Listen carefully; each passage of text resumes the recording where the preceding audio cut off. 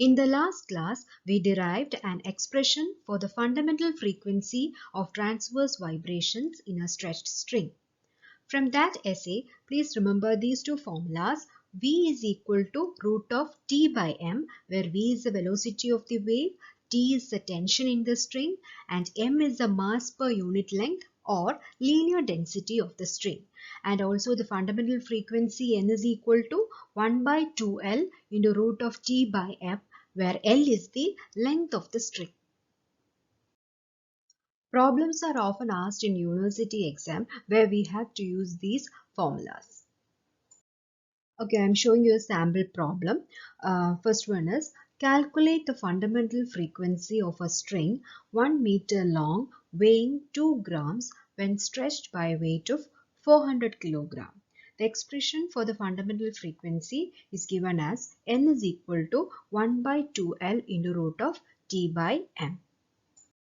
Whenever you get a problem for university exam, the first thing that you should do is to write the formula which is related to the problem in your answer sheet, because separate marks are allotted for writing the formula itself.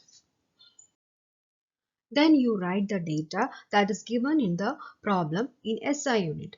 Here the length it is given as 1 meter. Now the tension T should be written in Newton. Therefore you have to convert it to Newton. Here in the problem the string it is stretched by a weight of 400 kilogram. Therefore the tension becomes T is equal to 400 into 9.8 so much newtons. Now M is mass per unit length.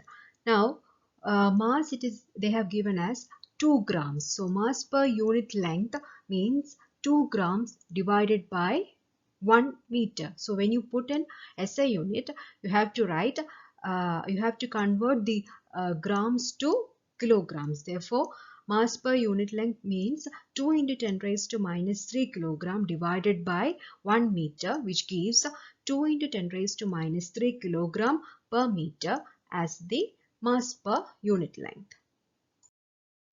Now the third part is substitution.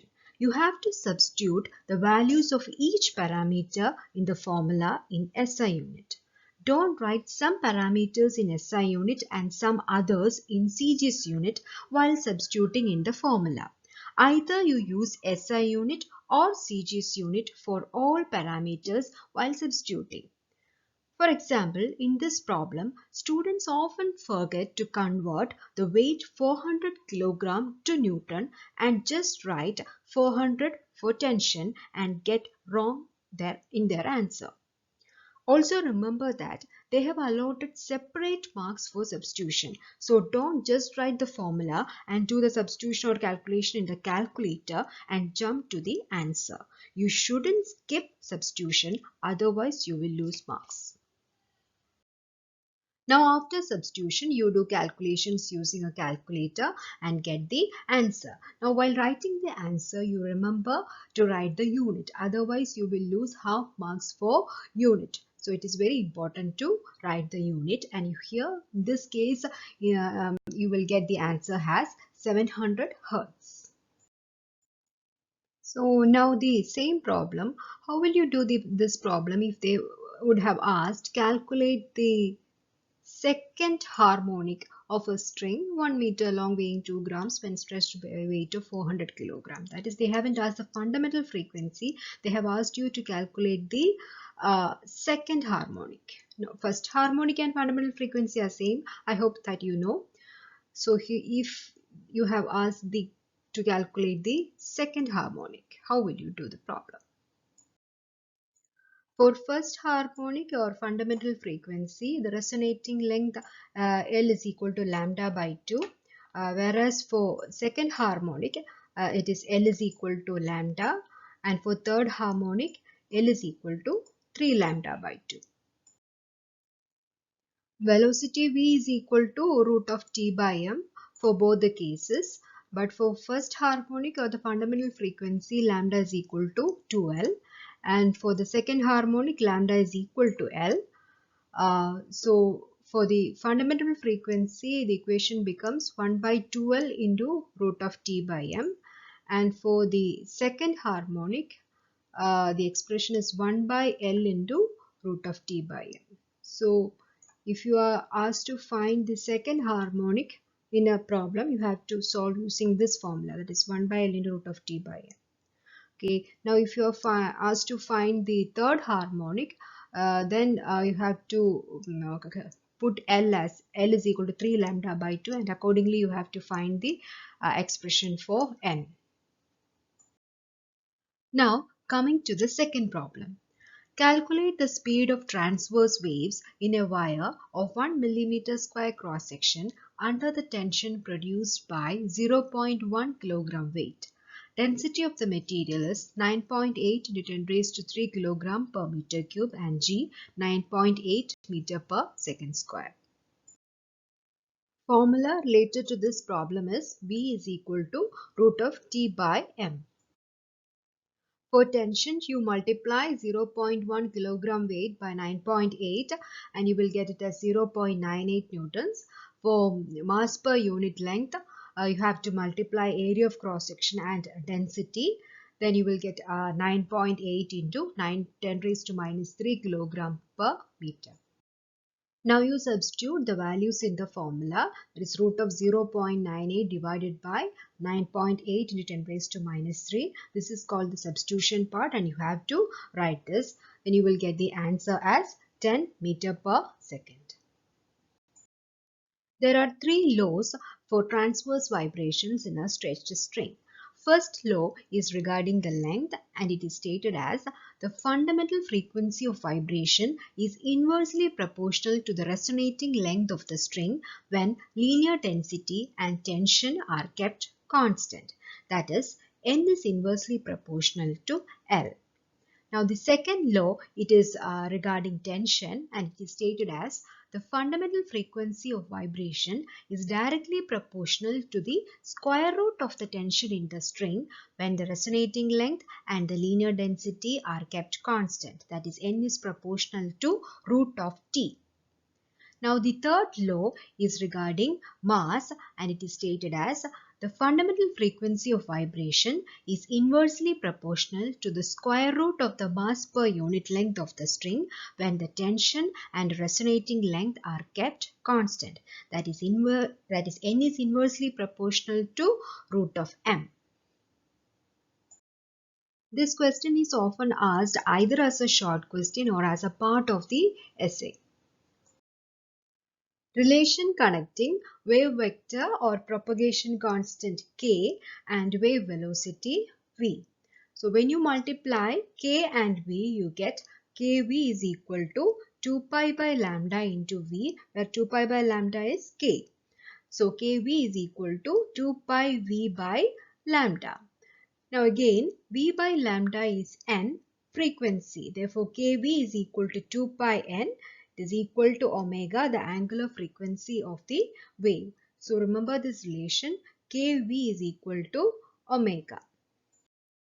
Now again, problems are asked for university exam from waves related to this formula. And what is this formula? It is the solution to a one-dimensional wave propagating in the positive x direction.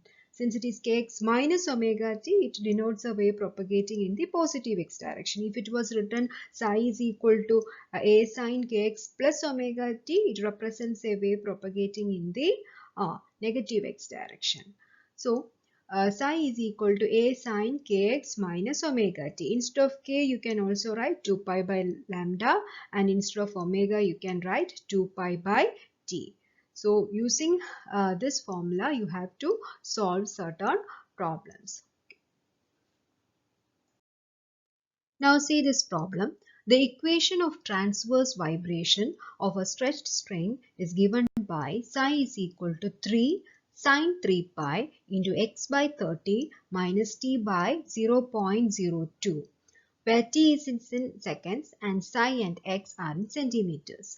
Find the amplitude, wave vector, frequency, period, wavelength and velocity of the wave.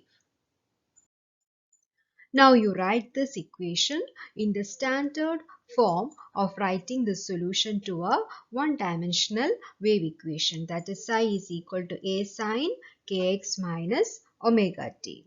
For that, take this 3 pi inside the brackets.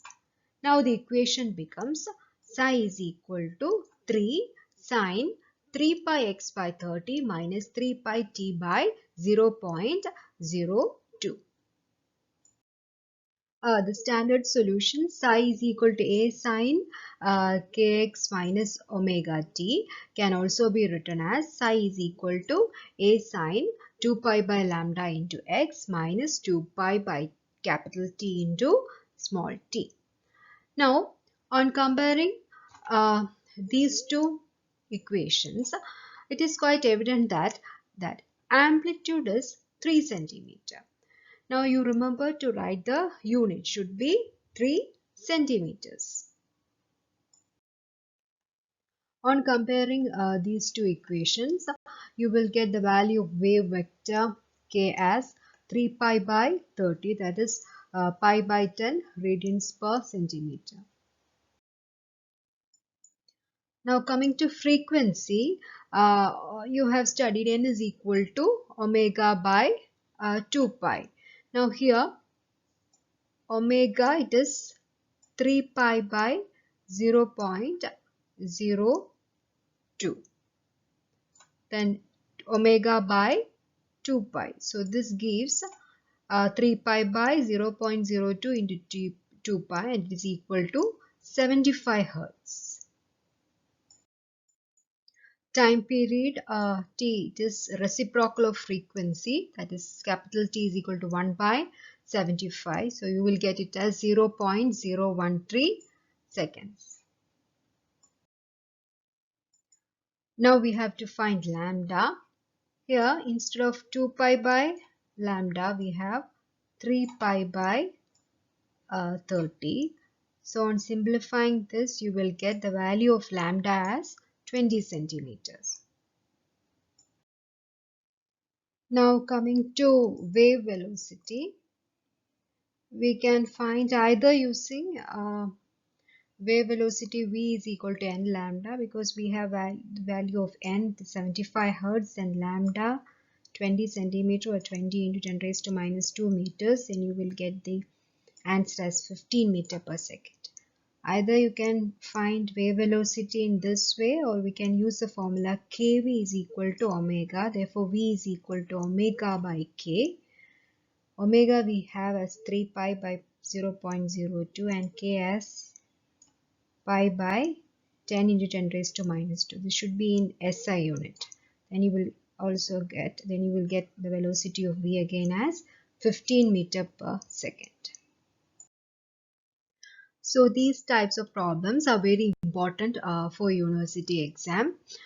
Sometimes they will, in the question, it may be written that psi and x are in volt per meter.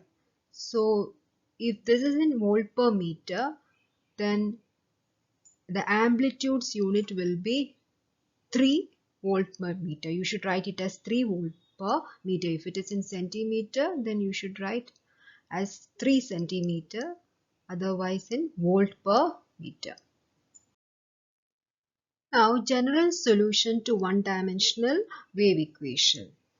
So, this is our differential equation of a one-dimensional wave or one-dimensional wave equation. It is dou square psi by dou x square is equal to 1 by v squared into dou square psi by dou t square.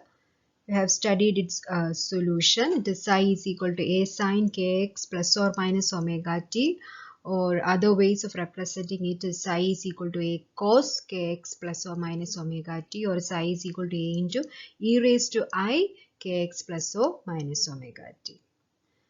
Actually, the general solution to a one-dimensional wave, it is given as this, that is psi is equal to f of x plus vt plus g of x minus vt, where f and g are functions. So it consists of two terms. The first term, it represents a wave propagating in the negative x direction, and the second term, it represents a wave propagating in the positive x direction.